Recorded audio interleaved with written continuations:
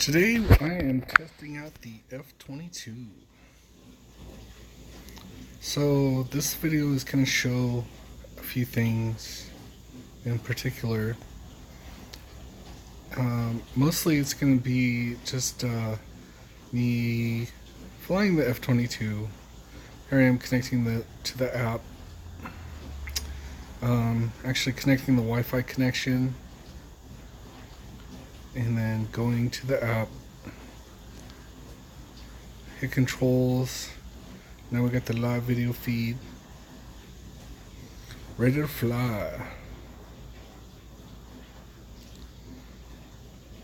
So this video mostly going to show some of the flight time. The battery's rated at about 15 minutes or so, or a little bit longer, depending on flight conditions and how fast you fly, what features you're using on the drone. There's a few variables on what takes battery consumption with the drone. Now this video is going to be a little shaky. I was recording over Wi-Fi, which gives a 720p resolution.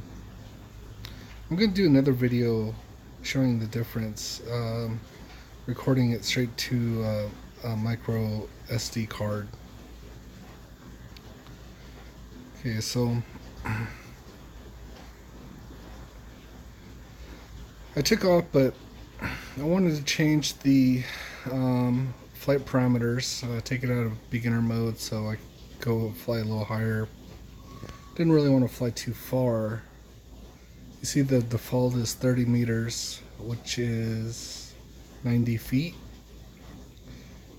And the flight altitude, the default is 30 meters. And then return altitude is, if you're returning to home, it will go to that height, which defaults at 25. Now, when setting the parameters, you want to make sure that the return altitude will clear any obstacles in the immediate area. Should be able to clear trees, buildings. So 25 meters, that's going to be about 75 feet. That'll clear buildings, but maybe, well, you want to give yourself a little bit of extra. Now here I got mine set at 55. And that's actually quite high, as you're going to see toward the end of the video. I'm adjusting the flight distance. I don't want it to go too far away in case I got to track it down for some reason. But I do like the altitude to be high because I want to get a good aerial shot, get a picture. Okay, so now I got the flight parameter set, and I'm going to just explore a little bit. I found a good area where I thought that there wouldn't be a lot of disturbance. A nice wide open area to fly. On the bottom right, you're going to see D is distance is 22 meters, height is 19.5 meters. And so I got about 22 and 19 before the Wi-Fi acted up. There are some large trees to the right, but outside of that there's really nothing that could interfere except for the utility lines. So I got it froze here. The Wi-Fi will drop, but you can see that the remote control still has control of the drone and still gives a reading on distance and height. The other two, DS and VS, that's data regarding satellite signals.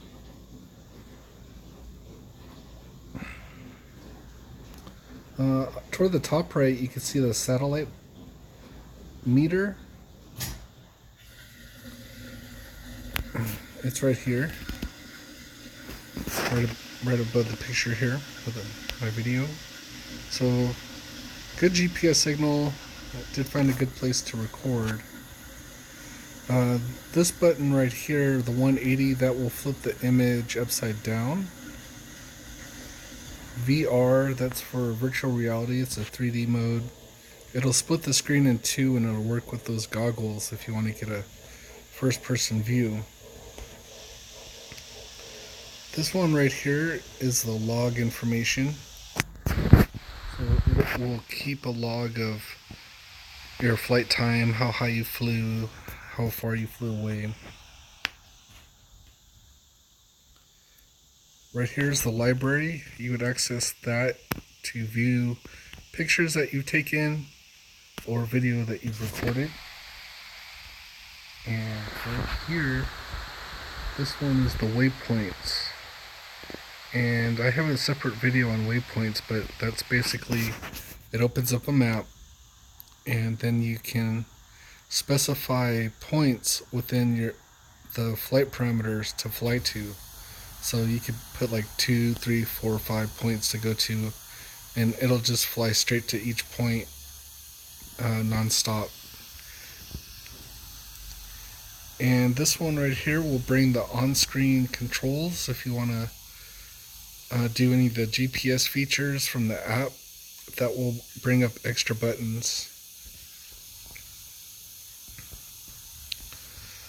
In the video here, I'm sort of just trying to get a feel for how fast the F22 will fly. I was flying the F20 the other day, and I was a bit surprised about how fast that drone flies. This one will pick up some speed. It takes, it doesn't reach the maximum speed right away, but as you get going, you will see that it does go rather fast. I don't think it's as fast as the F20 though, and I'm going to compare it to other units. So I backed up here to get a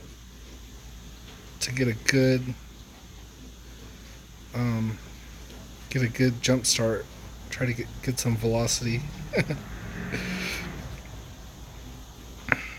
But the video is a little shaky, and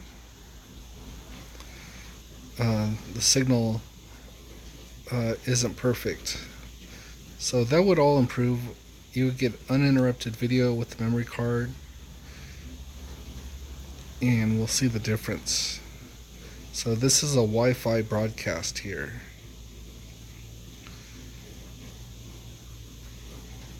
The F22, the handling, it's okay. It's quick and nimble, but with the F20, it has the fixed arms. So the fixed arms gives it a little bit more precision.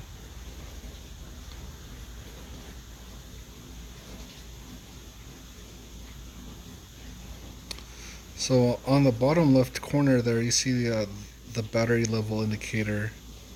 I'm getting about halfway through the battery, a little over halfway, probably about 60%. And this video right now is at 9 minutes. So one thing that I noticed was the distance limiter was being triggered, and I was reaching the maximum flight parameters.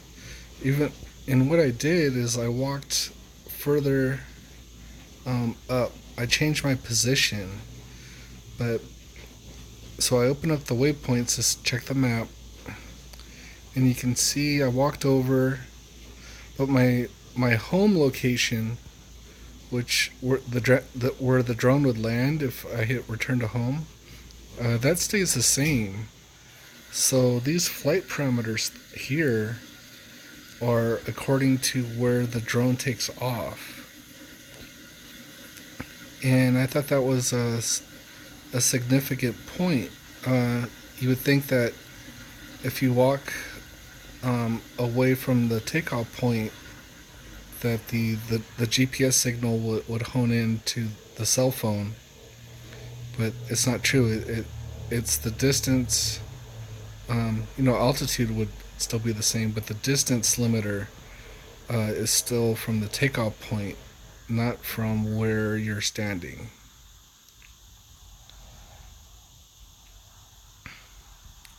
Okay, so basically I got through the speed test, see how fast it would go. Now I want to get a little bit of height. I got plenty of room in the flight parameters to really get high up, but right now I'm just kind of happy with having just a basic height, nothing too high. I can get more into that in more videos. There's plenty of height that it could go from here. But I was just checking the Wi-Fi connection. So now I'm at like 36 meters, both in distance and height. And it's still a little choppy. Maybe because I'm near those trees. So I'm going to get away from the trees. But here I'm going to get this picture. And if the audio was on, you would hear the camera take a picture. You could take pictures from the remote control or from the app. And when you record video, if you start recording the video from the remote control, it'll make a beeping sound so you don't forget that the video is on. But if you do it from the app, it'll be silent. So that's an important note. The beeping can get kind of annoying if it's on for a long period of time.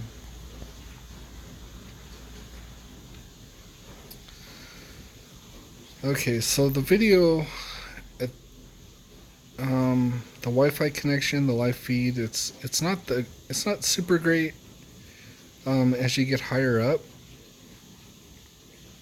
but it's decent. It's decent. I never felt like I was like in jeopardy of losing sight of the drone, or I had full control of the drone the whole time I was flying it, and I was really comfortable flying it. If the drone's acting up for some reason, it can be a little nerve-wracking because you don't want to lose the drone. There's the you shouldn't lose the drone, but here I hit the controls, and I'm gonna return to home now. And so you'll notice the height. It's gonna climb height. It's at 30. I had set it to 55, so it's gonna climb all the way up to 55. You can control the camera angle, which I'm getting a little bit more familiar with. The orientation, being able to keep the camera pointed at the angle that you would like to get the best picture.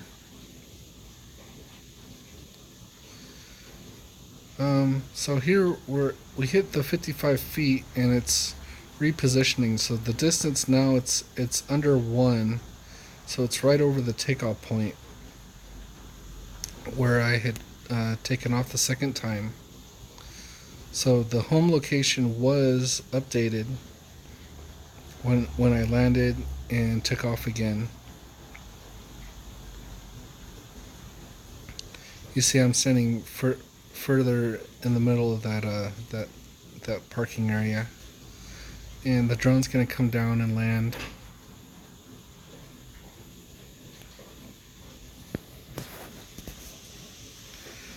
So all in all, this was a fun test flight. Got to test it out. Might do some, after I get the memory card installed, I'll do some more features, probably the Waypoint and orbit mode, like I did in the F20 videos. And that's all we got.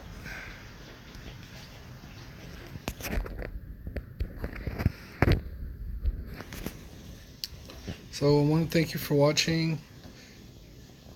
All the drone pilots, there is a brand ambassador program for Contixo. And if you like the video, just give it a thumbs up. Thanks for watching. Stay tuned for more.